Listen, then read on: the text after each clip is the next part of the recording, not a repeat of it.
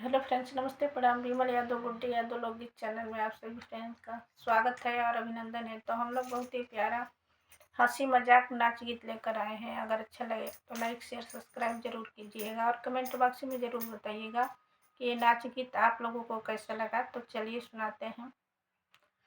नाही मिलली ससुइया हमारे मन के, नाही मिलली ससुइया हमारे मन के। हमारे ससुरा जी के महला दू महला, हमारे ससुरा जी के महला दू महला।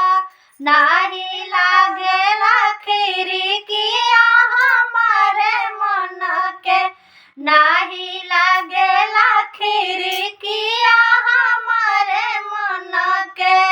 नाही मिलली ससुइया हमारे मन के, नाही मिलली ससुइया हमारे मन के। हमारे ही जेठ जी के 3 गो बहिनिया, हमारे ही जेठ जी के 3 गो बहिनिया।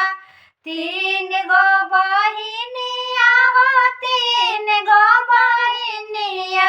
नाही मिलली ननदिया हमारे मन के, नाही मिलली ननदिया हमारे मन के। नाही मिलली ससुइया हमारे मन के, नाही मिलली ससुइया हमारे मन के। हमारे सजना जी के बड़े ससुररिया, हमारे सजना जी के बड़े ससुररिया। उहे बड़े नैहरवा हमारे मन के, उहे बड़े नैहरवा हमारे मन के। नाही मिलली